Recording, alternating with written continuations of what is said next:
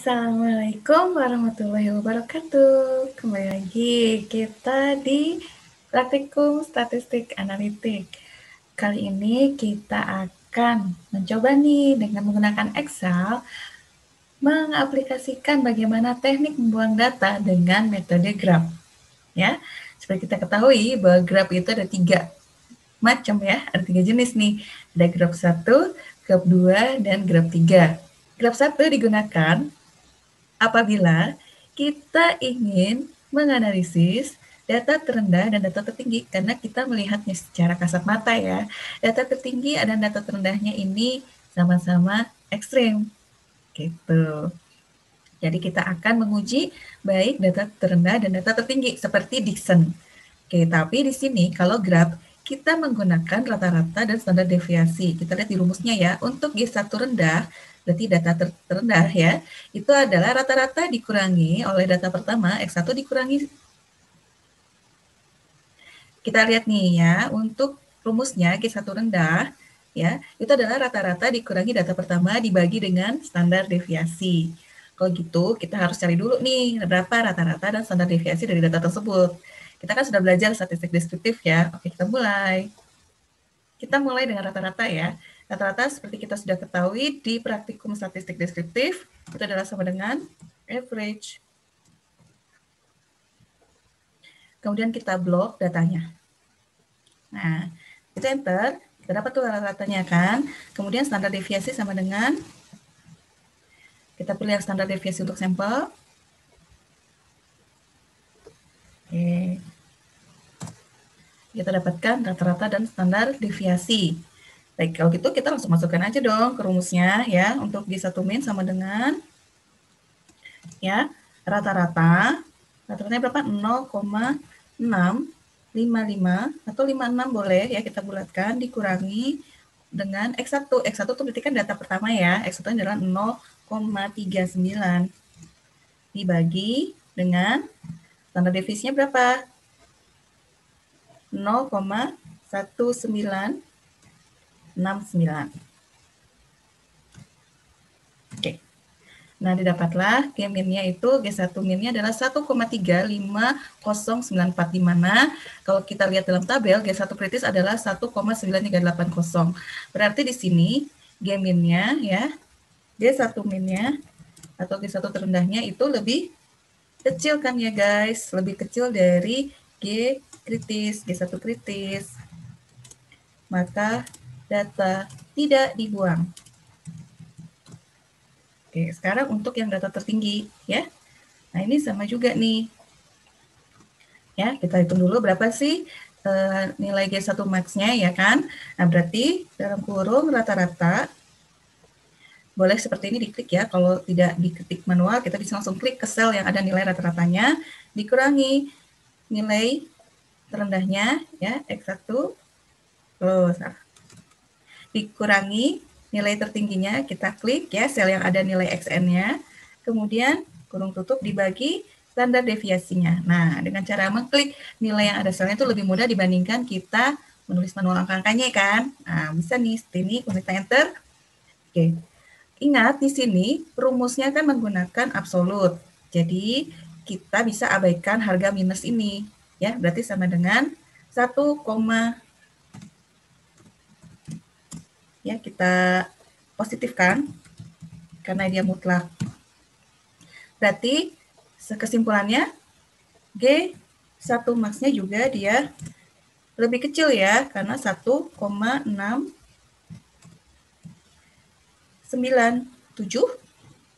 itu lebih kecil dibandingkan dengan 0,19380 ya. Berarti data tidak dibuang ya. Oke. Nah, selesai nih untuk yang graf 1. Jadi graf 2 ini digunakan apabila kita akan menguji secara sekaligus nih data terendah dan data tertingginya. Jadi kalau ternyata ditolak, ya berarti langsung dibuang dua-duanya. Baik data terendah dan data tertingginya. Di sini kita memerlukan nilai standar deviasi karena rumusnya adalah xn dikurangi x1 dibagi dengan standar deviasi. Jadi kita hanya perlu mencari standar deviasinya ya. Sama dengan standar deviasi sampel, kemudian kita blok dan enter. Nah, langsung kita masukkan aja ke rumusnya. Xn-nya berapa? Berarti kita sama dengan dalam kurung xn-nya adalah 0,99 dikurangi x1 ya, 0,39 dibagi dengan standar deviasinya ya. Kita klik juga langsung boleh. Dapat 3,04. Sedangkan G2 kritisnya adalah 3,7200. Maka kesimpulannya G2 kritisnya, G2 hitungnya itu adalah 3,04 ya. Lebih kecil dibandingkan dengan G kritis 3,7. Maka tidak ada data yang dibuang. Graf 3. Nah, di graf 3 ini dipergunakan jika memang kita melihat bahwa dua data yang teratas dan dua data yang terendah ini sedikit menyimpang atau sedikit berbeda datanya dibandingkan dengan data yang lain. Jadi data outlier-nya itu ada di dua ekstrim, yang dua data teratas atau dua data terendah. Nah, ya, jangan lupa di setiap metode teknik pembuangan data kita harus mengurutkan datanya supaya tidak tertukar mana yang X1 dan X2 dan mana yang XN. Oke. Sekarang kita menentukan, ya di sini ada dua, di graf 3 ini ada dua rumus ya. Yang pertama graf 3 rendah. Graf 3 rendah ini sebenarnya rumusnya sama. Kita lihat ya, sama persis rumusnya. Hanya saja kalau di graf 3 rendah ini kita menggunakan varians N-2-nya itu pada tanpa menggunakan data yang terendah, dua data yang terendah. Sedangkan kalau yang graf 3 tinggi ini, kita si varians N-2-nya ini tanpa data yang tertinggi, dua data yang tertinggi ya. Jadi kalau kita mau menguji graf 3 rendah, kita menggunakan varians tanpa dua data yang terendah. Sedangkan kalau kita akan menguji graf 3 ya, data tertinggi, berarti kita variansnya tanpa dua data yang tertinggi. Oke, kita langsung cek. Di sini saya sudah menyiapkan. Di sini untuk graf 3 rendah tanpa X1 dan X2 berarti variansnya berarti sama dengan var ya. Oke, var varian sampelnya tanpa X1 dan X2 berarti kita hanya memblok dari X3 sampai Xn. Kemudian enter. Nah, ini adalah untuk graf 3 rendah. Sedangkan untuk yang graf 3 tinggi di sini berarti kita sama dengan var ya, varian sampel, kita memblok data tanpa dua data tertinggi, yaitu XN dan XN-1. Ya, kemudian kita enter. Nah, dapatkan, langsung kita masukkan ke dalam rumus kalau sudah dapat nilainya nih. Tapi sebelumnya kita juga memerlukan data varians. Data varians dari seluruh data. Berarti sama dengan var, ya, sampel. Kemudian kita blok semua data. Kita juga perlu data ini, ya. Enter. Dan kemudian kita cari N-nya. N-nya gampang ya. Di sini ada 7 data, berarti N-nya adalah 7. Oke, sip kan? Paham ya sampai sini? Setelah semua data lengkap, kita akan masukkan ke dalam rumusnya nih untuk G3 yang untuk data terendah. Ya, jadi sama dengan 1 dikurangi dalam kurung ya N min 7. N-nya kan tadi 7 ya, berarti 7 min 3 ya. Kemudian kita kalikan dengan varian tanpa X1 dan X2 yang ini, kemudian dibagi dengan N-1 berarti 7 min 1, 7 min 1 dikali dengan varians. Kemudian tutup kurung, enter. Maka didapat untuk G3 rendahnya ini adalah 0,626. Maka didapat nilai G3 minnya adalah 0,626586. Sedangkan 3 kritisnya adalah 0,898. Maka kesimpulannya ya,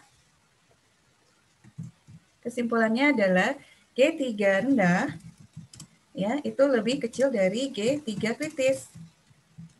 Maka tidak ada data yang dibuang. Oke, jadi data ke-1 dan data keduanya tidak perlu dibuang. Kalau begitu, sekarang kita cek untuk data yang XN dan XN-1. Berarti data ke-7 dan data ke-6. Oke, kita masukkan ya ke dalam rumus untuk G3 tingginya. Berarti sama dengan 1 dikurangin. Kita buka, persiapkannya, kurungnya 2 ya. Berarti 7 dikurangin 1, maaf, 7 dikurangi 3, kemudian dikali dengan varians tanpa data yang xn dan xn-1 ya. Oke, kemudian tutup kurung, lalu dibagi dengan n-1, 7 min 1 berarti ya dikalikan dengan variansnya, standar deviasi kuadratnya, maka didapatkan 0,69258. Kita ketahui bahwa G3 kritisnya adalah sebagai berikut. Maka kesimpulannya sama ya, tidak ada yang perlu dibuang juga untuk G3 tertinggi. Ya, G3 tinggi lebih kecil juga dari G3 kritisnya, maka tidak ada yang dibuang. Alhamdulillah, untuk teknik pembuangan metode graf sudah selesai. Selamat mencoba ya. Sampai ketemu lagi. Wassalamualaikum warahmatullahi wabarakatuh.